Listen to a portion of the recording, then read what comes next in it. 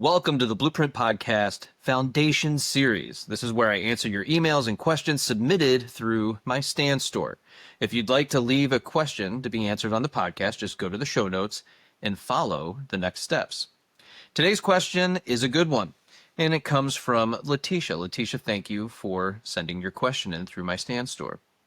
Letitia says, do you believe securely attached people can become or show signs of an anxious attachment by being with an avoidant?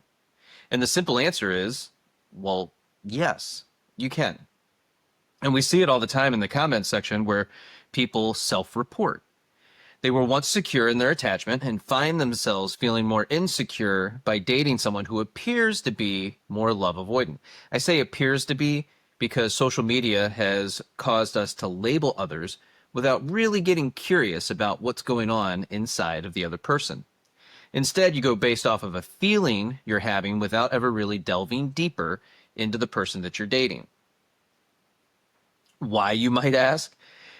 Because you're afraid of abandonment. So it's easier to have the whole conversation with yourself inside of your head and make a unilateral decision than allow the other person the time and opportunity to show you just how capable and skilled they actually are. So this is recognizing that each of us has our own internal world. We have our own thoughts, feelings, and emotions, our dreams, hopes, goals, and desires for our lives. And you're beginning to recognize that about the other person. Letitia says, I'm not blaming. I know why he is the way he is, and I'm working with him, but I have never felt so many moments of anxiety with someone I know is madly in love with me. So this is also interesting. You're working with him because he needs to be fixed or changed. I don't like who you are right now. I don't like what's happening in this moment. I certainly don't like the way it feels. So I have to work with and manage this other person and their thoughts, feelings, and emotions and get them to be a particular way in order for me to feel good about this situation and this person. But the thing is, I know you mean this in a very benign way, but I'd be curious to know more about your past relationships and the circumstances surrounding them.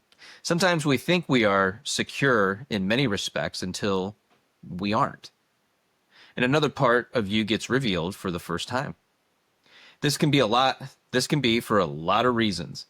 Maybe that person is inconsistent and tends to pull away after being close. That will activate these feelings of anxiousness.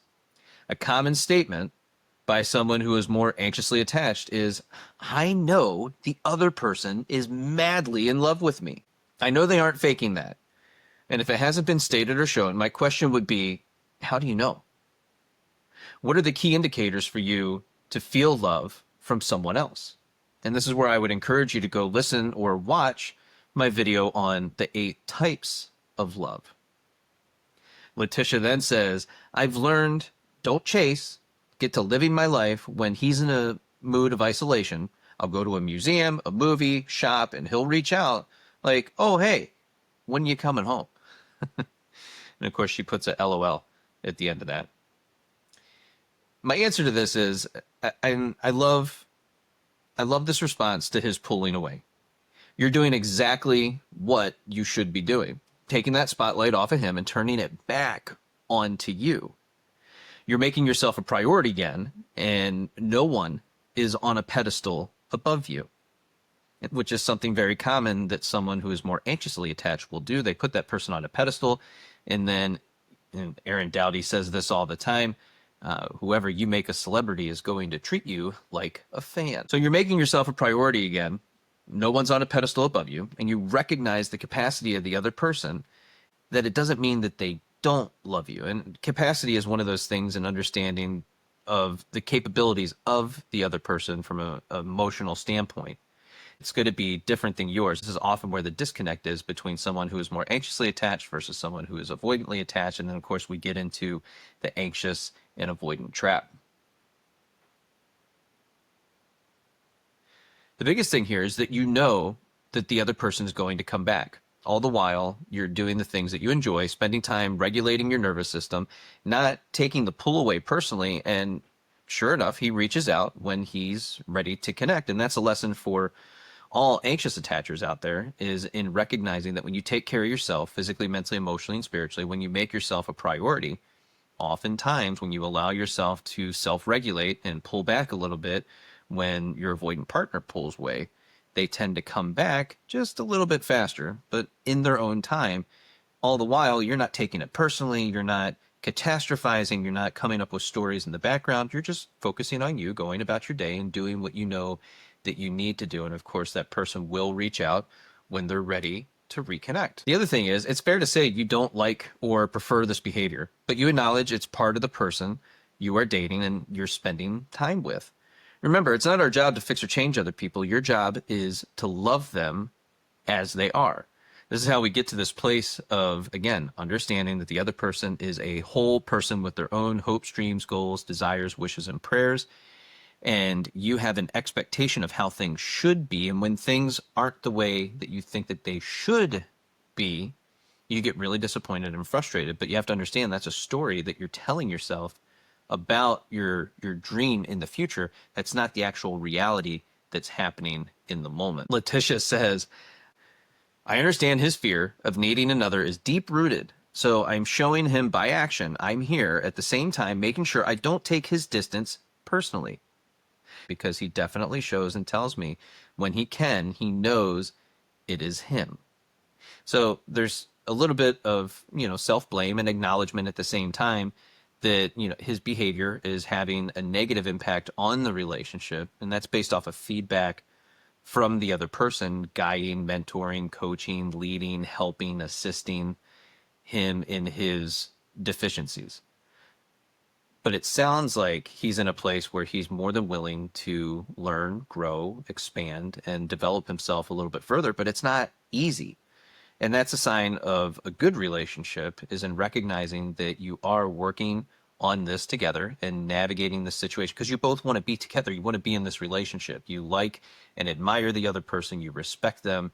You want to spend more time with them, but you have to learn how to navigate each other. Again, physically, mentally, emotionally, and spiritually. So obviously there's some details that I'm missing here about the overall quality of the relationship from your perspective, but it sounds like you guys are working together. You're working on things separately, and you're not taking anything personally.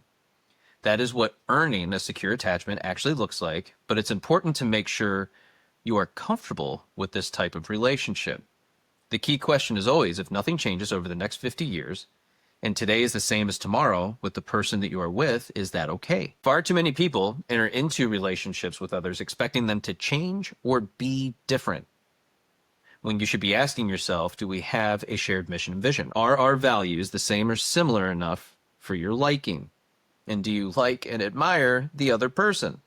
It's so interesting to me that people will get into relationships with people that they don't really like or admire, and then get frustrated when things don't go the way that they wanted them to. And of course, the excuse is always, well, people reveal themselves over time. Yes and no. More often than not, within the first few weeks of dating, there were signs and signals that you ignored, and that was your body and your nervous system, even your mind. A lot of the times, the logical player is in there, and it's telling you, hey, we don't like this. We don't really want to do this. We don't really appreciate this. This isn't the type of relationship we actually want to have with somebody. But now you've invested a little bit of time, and you find yourself in this place asking yourself, well, what if this is the best I can do? And I get a lot of people who sign up for one-on-one coaching, and that is often a statement that they make is, what if this is the best I can do? And I go, well, what if it is? And how is that fair to the other person? If the other person is loving you and trying to be in a relationship with you, and they're showing up for you, and they're doing all the things, it's never going to be good enough for you, because in your mind, you're thinking that you can do better. So you're not actually loving this person. And that person will then say, well, I'm afraid that if I leave them, no one's going to love them in the same way that I do. And I say, well, that's a blessing for the other person, because you're not actually loving them in this moment. You might feel comfortable. You might feel okay in this relationship, but this isn't the relationship that you actually want to be in. There might be something else lurking in the background, somebody in your past that you might be comparing this present relationship to. And of course, that's going to be frustrating not only for you, but for the person that you're trying to be with and spend time with. And it becomes unfair to them, because there is somebody out there that is going to love them wholly and completely as the person that they are today in this moment without trying to change them. So then this becomes more of a selfish endeavor that, well, maybe you don't want to be alone. And so this is the relationship that you're choosing for the moment because, well, again, what if this is the best I can do? So, Letitia, if you're watching this, we would love an update. If you want to leave a message for the podcast, please visit the show notes and connect through my Stand store. Of course, we're taking all of these messages, I'm breaking them down, going a little bit further in depth with the answers. So feel free to drop your question in my Stand store. The link is in my bio and in the show notes. And we'll see you all again real soon.